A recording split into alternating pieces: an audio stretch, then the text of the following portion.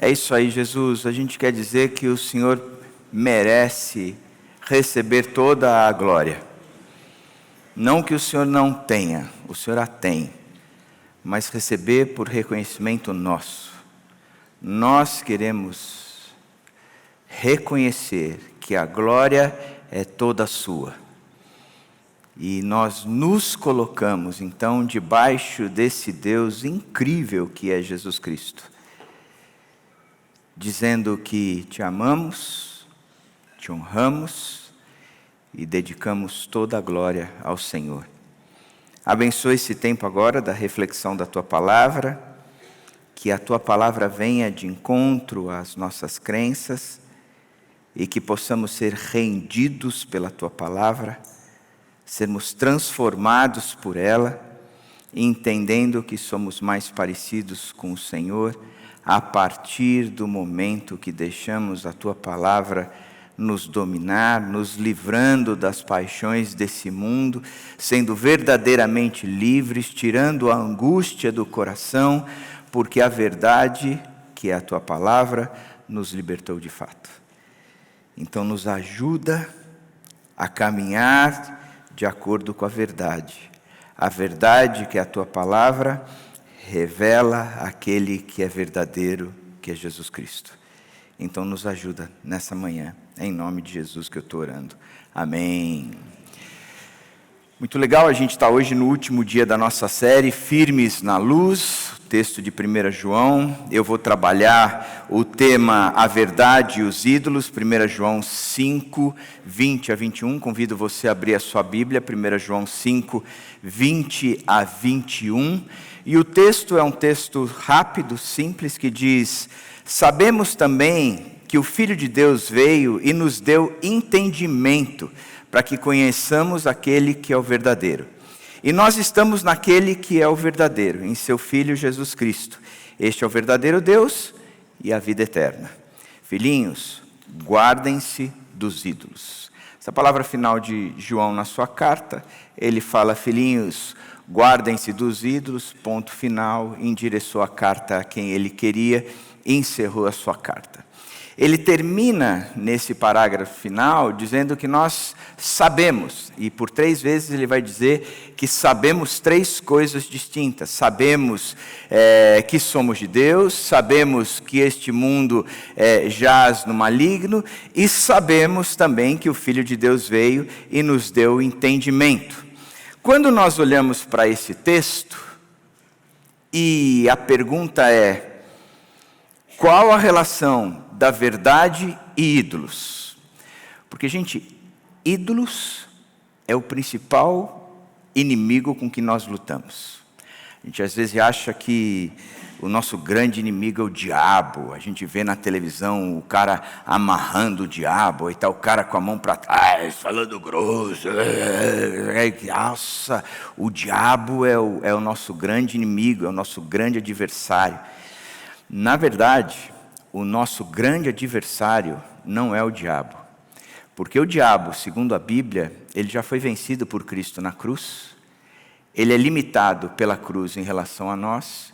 E o texto mesmo de 1 João diz que aquele que está em Cristo, o maligno não o toca, não o impede. Mas não deixa de ser um inimigo. Mas não é o nosso grande inimigo. O nosso grande inimigo são as nossas paixões e os nossos desejos, aquilo que habita no nosso coração. E as nossas paixões e os nossos desejos é que criam em nós ídolos. Criam para nós ídolos. Porque o conceito de ídolos tem muito a ver com a imagem, né? A gente critica algumas religiões porque tem imagens e uma série de outras coisas. E ídolo é aquilo que substitui Deus no nosso coração.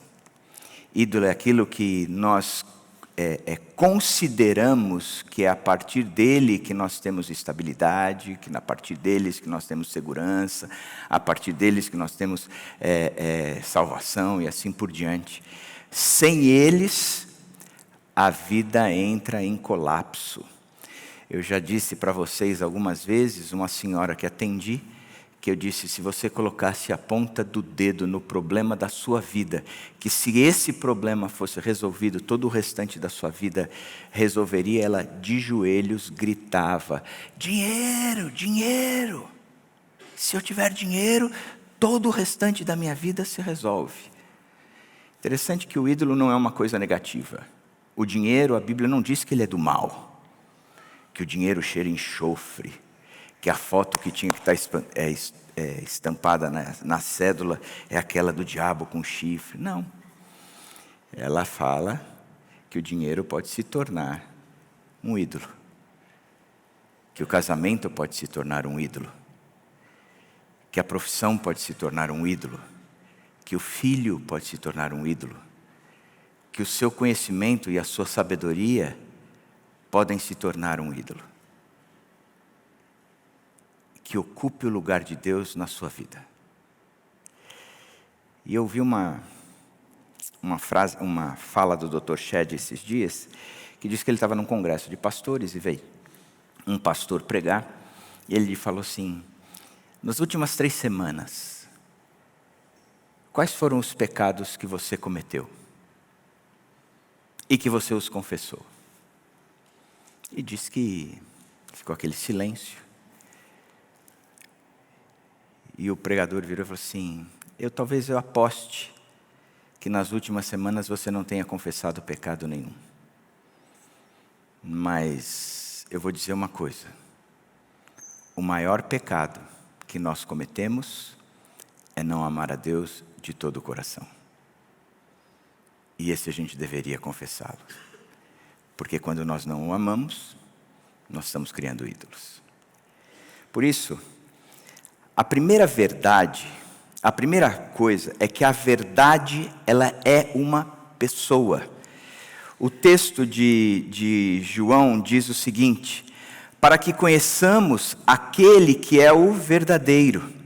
Este é o verdadeiro Deus e a vida eterna. Este é o verdadeiro Deus e a vida eterna. Ou seja, conhecer a verdade, na verdade, ou na condição do que a Bíblia explica o que é a verdade, é que a verdade, ela é muito mais do que a informação certa, a informação correta, aquela que não contém fake news. Ela é a verdade, mas aquilo que a Bíblia chama de verdade, ela é uma pessoa, é Jesus Cristo. Então, Jesus, ele é o caminho, mas ele também é a verdade. Ou seja, quando nós falamos da verdade na Bíblia, nós não estamos falando de conceitos, de princípios, de valores, de construções mentais, que você vai chegar e dizer, isso aqui em relação a todo o restante, isso é o que contém a verdade. Não, ele está dizendo, a verdade é uma pessoa. E se relacionar com Cristo é se relacionar com a verdade. E o cristianismo te convida a uma relação verdadeira com Jesus Cristo. É a intimidade com Deus real. É o relacionar-se com Deus que é vivo. E que nós podemos nos encontrar com Ele. Porque essa é a grande sacada do cristianismo. Essa é a grande sacada do que difere o cristianismo de todas as outras religiões. Todas as outras religiões, elas vão trabalhar sempre no conceito de que você precisa evoluir, de que você precisa fazer boas coisas, de que você precisa ser justo, de que você precisa, e você precisa, e você precisa. Porque de uma certa forma você vai chegar e alcançar o nível de relacionamento ideal com Deus. A tal ponto que se você morrer e chegasse na porta dos céus, você poderia entrar e passar a eternidade com Deus simplesmente porque você foi muito bem. Porque você evoluiu. Porque você desenvolveu. Mas a Bíblia traz o conceito contrário. Diz que você nunca vai evoluir. Você nunca vai evoluir porque você é morto. E um morto não evolui. E você é morto por causa dos teus pecados e das tuas transgressões. Ou seja, a sua relação com o Deus verdadeiro, ela é truncada. Não existe amizade. Não existe vínculos. Você não pode conhecê-lo. Porque para Ele, você está morto. Então você, como morto, nunca alcançará. mas ele veio ao nosso encontro.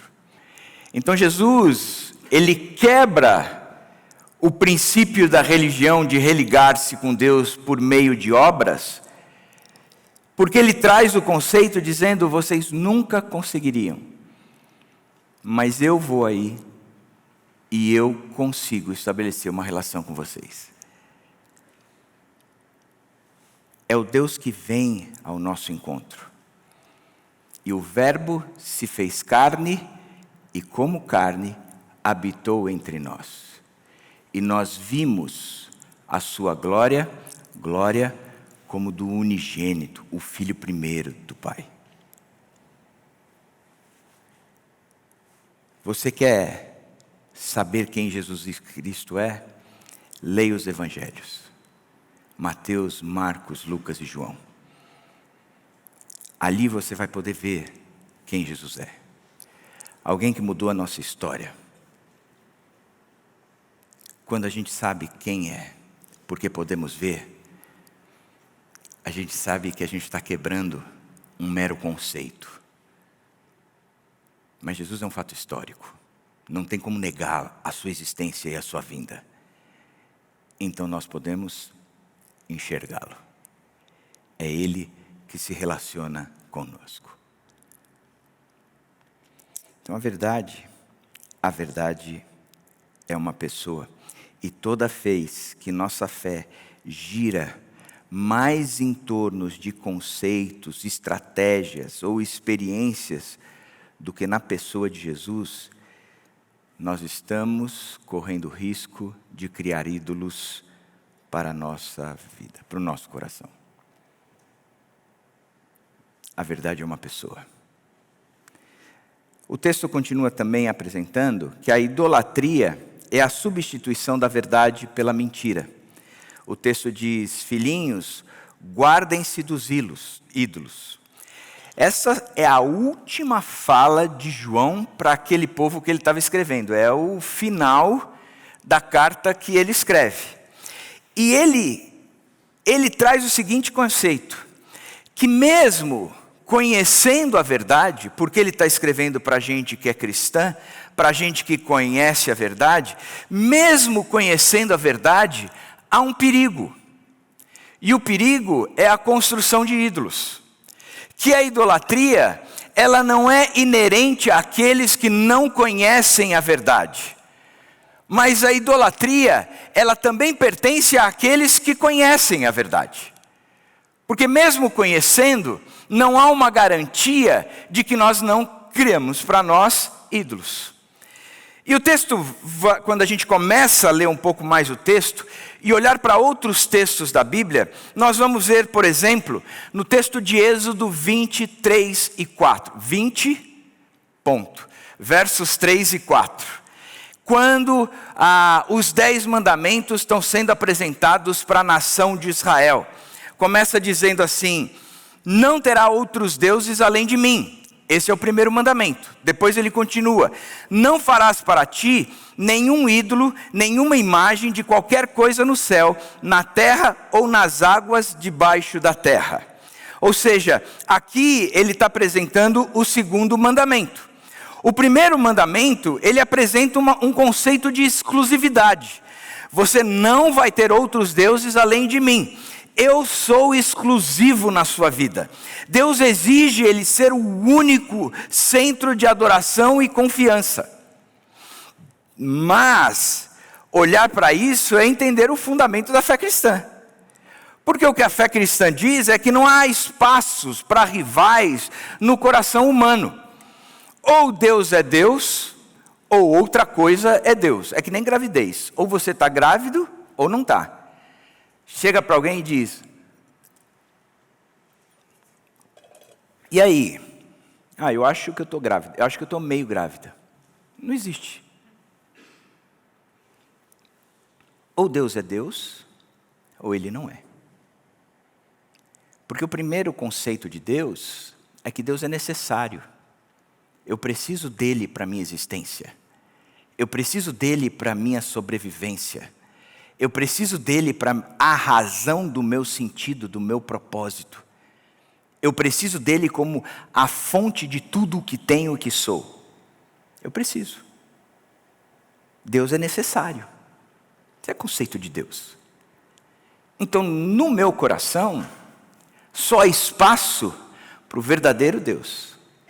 Se ele está sendo distribuído ou dividido com outros, significa que ele não é o verdadeiro Deus. E o segundo mandamento, ele quando diz não farás para ti nenhum ídolo, ele traz a proibição de uma idolatria que cria ídolos visíveis. Ele vai falar, não faça para ti nenhum ídolo, nenhuma imagem de qualquer coisa no céu, na terra ou nas águas debaixo da terra. É algo visível, palpável, maleável.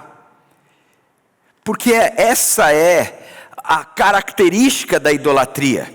É substituir a revelação viva por algo que eu posso controlar, que eu posso mexer, por algo do qual eu tenha autoridade sobre, domínio sobre. Isso se torna o meu ídolo. Porque quando eu olho para Deus, eu digo, Deus ele tem o domínio para mim, ou o domínio em mim. Ele é quem me controla, Ele é que me coordena. Mas a partir do momento que eu coloco outra coisa, eu digo, isso aqui é algo que me interessa, isso aqui é algo que me é satisfatório, isso aqui é algo que enche o meu coração, isso é algo que eu posso pegar, mexer, levar, conduzir, isso aqui eu preciso para a minha existência. Nisso aqui, eu não tenho tanta a submissão como eu tenho aqui. Portanto, esse mandamento, o segundo, ele denuncia o desejo humano de substituir Deus por algo manipulável, visível, conforme a nossa conveniência. Mas se a gente olha para esse texto, a gente vai ver que não terás outros deuses além de mim, e não farás para ti nenhum ídolo, nenhuma imagem de qualquer outra coisa. Então, presta atenção.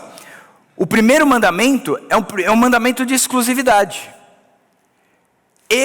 Deus é o único Deus, e não divide o patamar. Sabe quando a gente está vendo as Olimpíadas, e o primeiro lugar ganha, aí está o segundo lugar ali, o terceiro lugar, aí o ganhador pega e traz os dois para o lugar do primeiro, e tira a foto abraçada. No cristianismo isso não existe.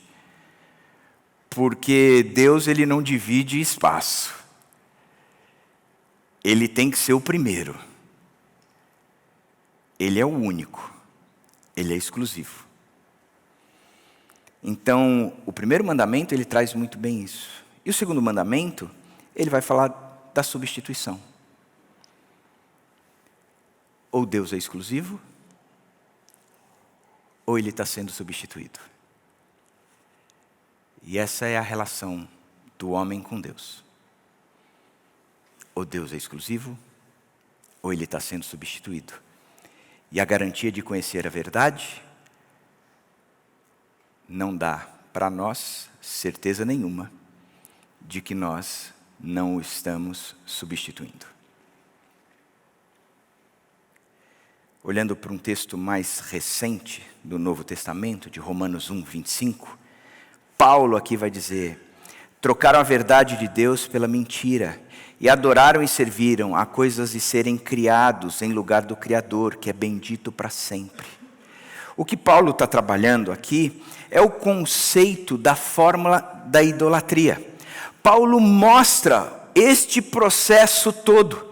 Ele vai dizer o seguinte, que a verdade é rejeitada, a mentira é aceita, e algo criado toma lugar do Criador. Essa é a matemática, ou a fórmula da idolatria. A verdade ela é rejeitada. Trocaram a verdade de Deus pela mentira. A mentira é aceita. E qual é o resultado de tudo isso? Adoraram e serviram a coisas de serem criados em lugar do Criador, que é bendito para sempre. Amém. O que ele faz? Ele substitui. Ele troca o Deus verdadeiro por algo que é criado, que foi formado. E todo ídolo, ele é uma mentira. Todo ídolo, ele é uma mentira. Todo ídolo. Uma caricatura de Deus. Algo que parte de Deus para nós. Que é parte de Deus para nós, mas não é o Deus inteiro. É uma criação nossa, tentando ocupar o lugar da suficiência de Cristo. Isso é o ídolo. Exemplos, por exemplo. A imagem de um Jesus utilitário, que só responde a desejos pessoais. É um Jesus que eu criei, que ele existe para me satisfazer. Que ele existe para realizar os meus sonhos. Que ele é quase o gênio da lâmpada de Aladim. Eu pego a minha Bíblia de manhã, dou uma esfregadinha, Jesus sai de dentro dela e diz: eu estou aqui para realizar 3 dos teus desejos. E aí você vai dizer: eu preciso de mais grana, eu preciso que o Senhor mude o meu chefe. Se o Senhor não ofertar para ele um emprego melhor num outro lugar, faça que ele seja visto na câmera do beijo. Isso foi a oração de alguém, gente. Entendeu? Aí no dia seguinte você pega a Bíblia de novo, dá aquela esfregadinha, sai o anjo Jesus, o gênio Jesus, e diz: eu estou aqui para realizar 3 dos teus desejos. Interessante como as nossas orações revelam a nossa idolatria. Porque as nossas orações, em geral, são tarefas que nós damos para Jesus realizar. As nossas orações revelam quem é o Deus, quem é que está no comando. Se sou eu ou o próprio Jesus. As nossas orações revelam as nossas idolatrias. É impressionante isso. Como a boca fala do que o coração está cheio. A gente pega a Bíblia e dá esfregadinha. Então essa é quando a gente pega a verdade e a rejeita, a gente pega a mentira e a aceita, e pega algo criado tomando o lugar do Criador. Eu deixo Jesus de lado e eu pego parte da verdade, que é a relação com Jesus, e um Jesus que me supre, que é suficiente para mim, e faço dele aquele que vai satisfazer os desejos do meu coração com aquilo que me é conveniente, sem de forma alguma eu torná-lo o meu único e verdadeiro Deus. Vou ilustrar com alguns exemplos. Primeiro, por exemplo, o sucesso profissional, ele substitui a fidelidade a Deus. O que é bom nessa história? O crescimento profissional, o impacto, a influência. Deus de forma alguma quer que a gente entre num trabalho e a gente não seja ali alguém de sucesso. Porque a marca do cristão no trabalho é trazer esse bom desenvolvimento. O cristão tem que ser o que melhor trabalha, o que melhor produz, o que mais bate metas, o que mais promove os colegas crescerem juntos. O perigo é quando o sucesso vira o alvo final. Ele substitui a obediência fiel a Deus, mesmo que isso signifique resultados menores aos olhos de Deus. O ídolo disfarçado aqui é que Deus está comigo, porque a minha profissão está crescendo.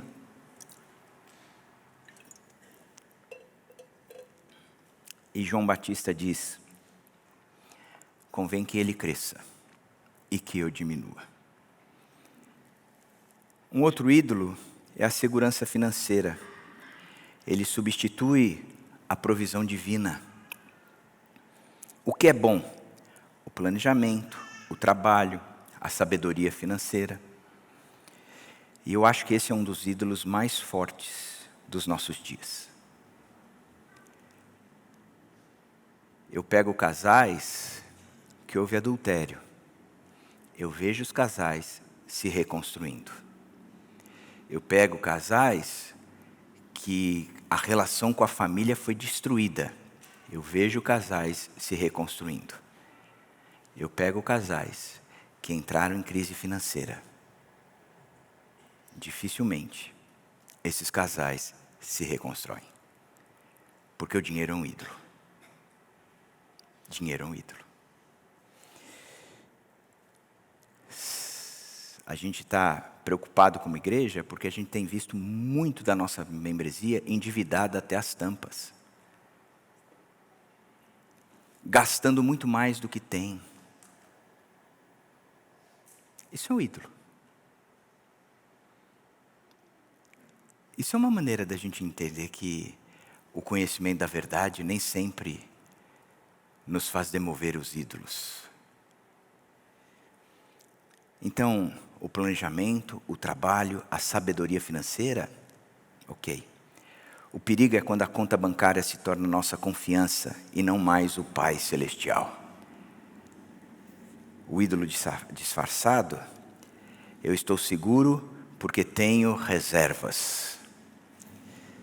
E Paulo diz, aprendi o segredo de viver contente, tendo muito ou não tendo nada, porque eu tudo posso naquele que me fortalece. Um outro ídolo é a imagem pessoal ou a reputação. Ela substitui a identidade em Cristo. O que é bom? Bom é ter um bom testemunho, a integridade, a comunicação clara, enfim. O ídolo não é algo que parte de algo ruim, do mal, negativo, que cheira enxofre. O ídolo é algo bom, que substitui Deus na vida. Aí se torna algo ruim. Então o perigo é quando a imagem pública vira prioridade acima da verdade interior e da identidade como filho de Deus.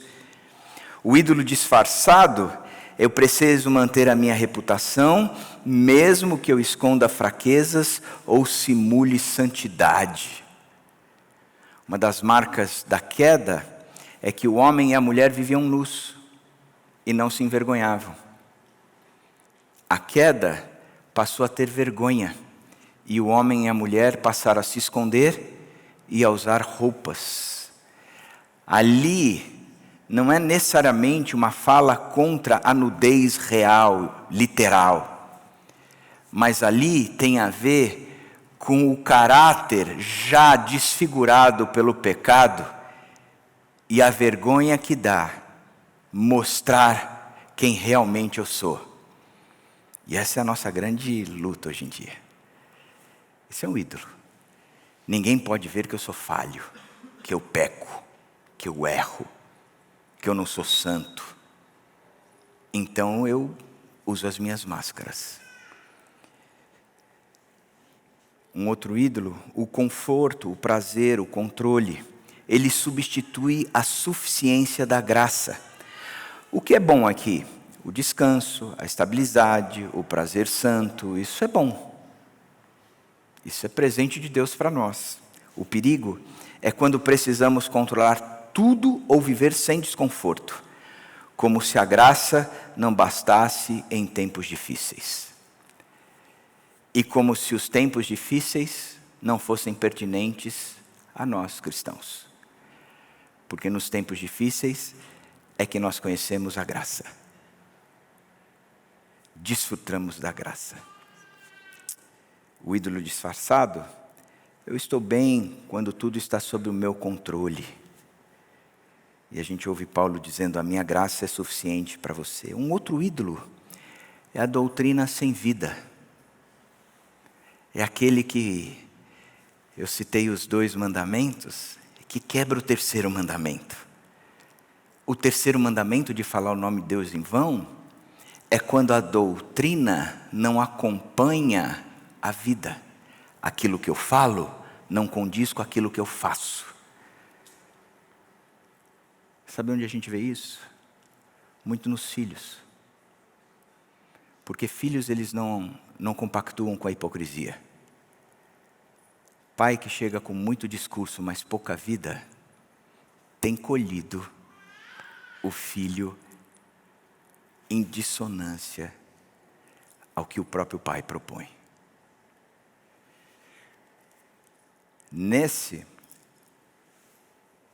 O ídolo, ele substitui o relacionamento com o Deus vivo. O que é bom? Uma teologia, o estudo bíblico, a precisão doutrinária, a disciplina das buscas das coisas de Deus. O perigo é quando o conhecimento não nos leva à adoração, à humildade, à transformação, e ele se torna um fim em si mesmo, é até uma arma para nós. Ídolo disfarçado, estou certo teologicamente, logo estou bem com Deus. Isso não é verdade. Jesus disse aos fariseus: vocês examinam as escrituras, mas não querem vir a mim para terem vida. Ou seja, a gente percebe que o ídolo sempre é uma substituição. Troca Deus por algo. A raiz da idolatria é a falha em permanecer na verdade. E nós estamos naquele que é o verdadeiro. E nós estamos naquele que é o verdadeiro. Romanos vai dizer: adoraram e serviram a coisas e seres criados. Permanecer em Jesus é mais do que crer. É viver em comunhão constante com Ele, sendo sempre moldado à sua vontade. Aquele que permanece em Cristo está em constante transformação. Ele anda com aquela prática em obras, porque ele está em obra. E só vai terminar essa obra quando Jesus Cristo voltar. Não tem como adiantar isso.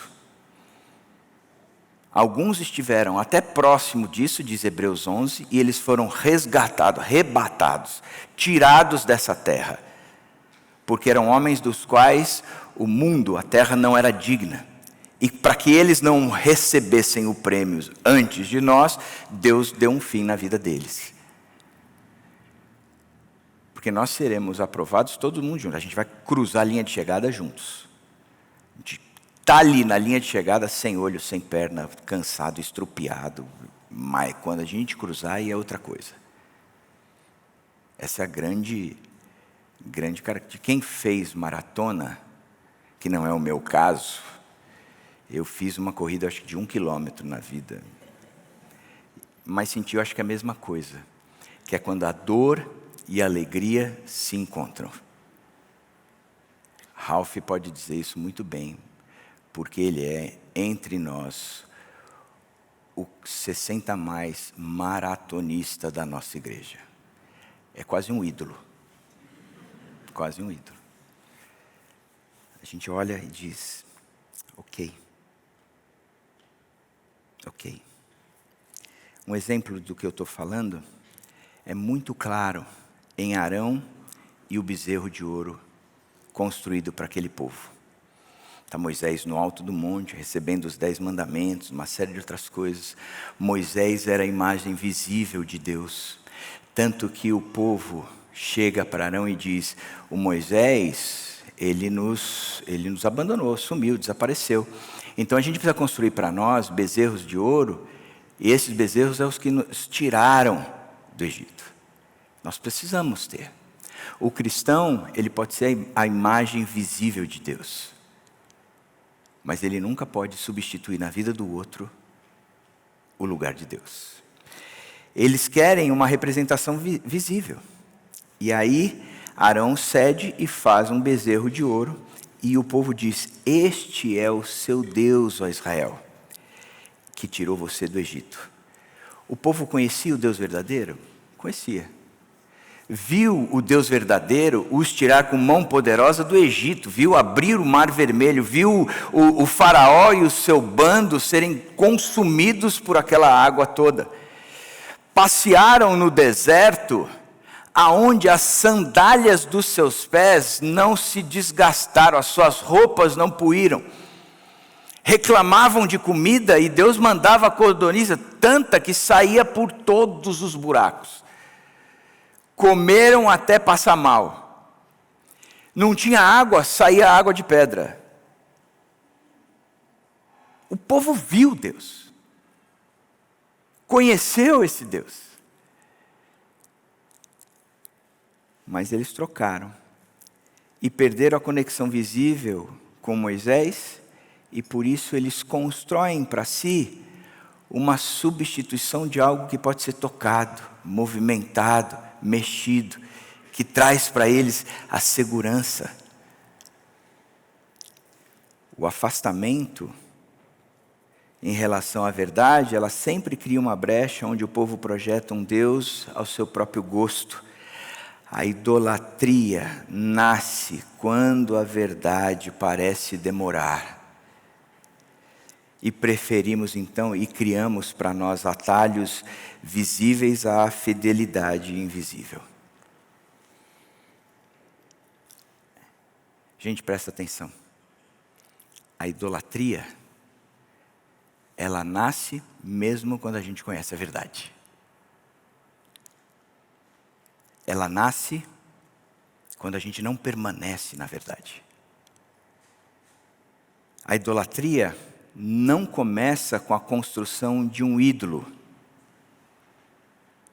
E depois esse ídolo, ele domina o nosso coração. Não. Ela começa com o esfriamento do coração diante de Deus. Um afastamento. Onde a verdade começa a ser esquecida. Nós não nos alimentamos mais da verdade. Nós nos distanciamos dessa verdade, onde Cristo deixa de ser suficiente, e aí os ídolos começam a aparecer, se ofertando como uma alternativa para tudo isso. É como uma brasa que você tira de perto do fogo, ela esfria. É só trazer de novo para o fogo, que ela vira brasa. Esse é o grande perigo. O grande perigo é nós acharmos que está tudo muito bem. É nós acharmos que a vida vai tudo muito bem. É nós acharmos que esse conforto que nós temos agora está tudo muito bem. É nós acharmos que o nosso saldo bancário está tudo muito bem. É nós acharmos que a nossa relação no casamento está tudo muito bem. Então eu não tenho desafios espirituais. Eu me acomodo na busca por Deus. De ter aquele relacionamento com Deus vivo. De conhecê-lo. De gastar tempo com Ele. De experimentar o tempo que eu sento para abrir a minha Bíblia. E ali ser alimentado diariamente. E a vida é outra quando isso acontece, de quando isso não acontece. Da experiência e expectativa com Deus como a vida nessas coisas. Quando eu chego na igreja para adoração, eu começo a olhar as coisas que acontecem dentro da igreja e eu digo, não conheço esse cântico. Esse cântico não fala comigo. Esse Alan é um perdido. Esse Wagner. Que música é essa que esses caras escolhem?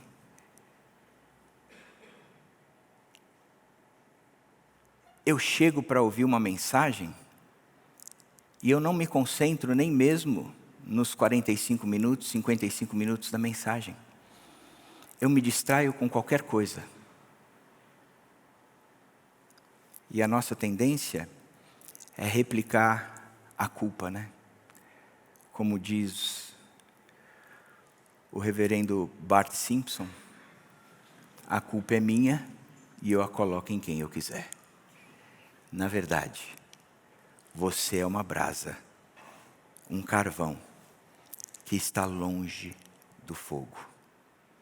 Esfriou, porque você quis. Volta para cá, que qualquer coisa é motivo de adoração. mesmo o Alan dirigindo o louvor.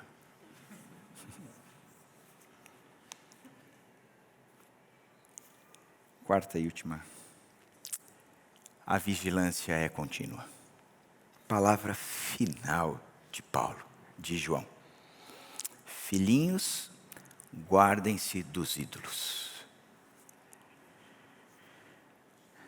Filhinhos, guardem-se dos ídolos.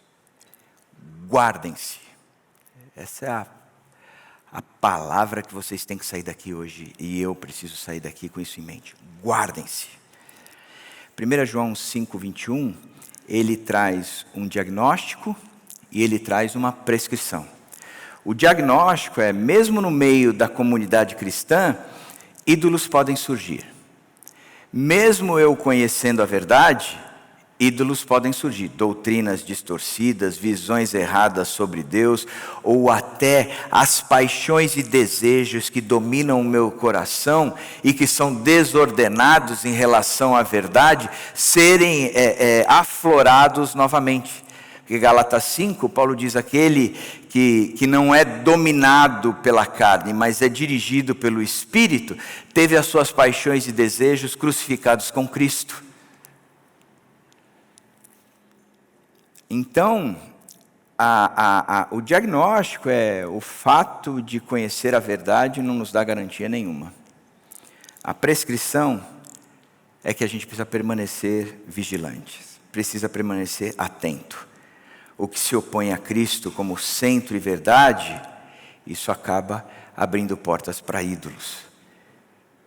Isso, como o próprio texto de Romanos 1 diz, leva à decadência, à depravação espiritual.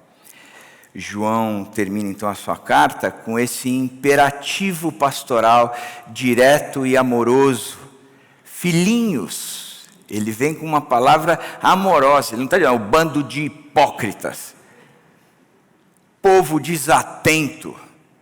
Seus porcos, porque porco não serve para nada, né? Não consegue nem ter mundial que dirá obedecer a palavra. Seus porcos, ele chega. Não, ele diz, filhinhos, a preocupação de um pai. E nós que somos pais, nós desejamos o melhor para os nossos filhos. Quando a gente vê nossos filhos fazendo algumas escolhas que a gente considera errada, a gente entra em desespero. É sentar e falar, vem cá. Então João chama e fala, vem cá, filhinhos. Esse tom paternal, ele demonstra uma certa urgência, né? Uma preocupação excessiva. Filhinhos, guardem-se dos ídolos. E o guardar significa uma vigilância ativa e pessoal. Eu preciso me guardar. Eu preciso me guardar. É ativo. É individual. Como é que eu posso fazer isso? Avalie regularmente onde estão as suas lealdades e afetos. O descanso, o sabá, que foi designado por Deus, era exatamente para isso. Para você parar, num dia que você acha que seria impossível deixar de trabalhar, porque tudo depende de você.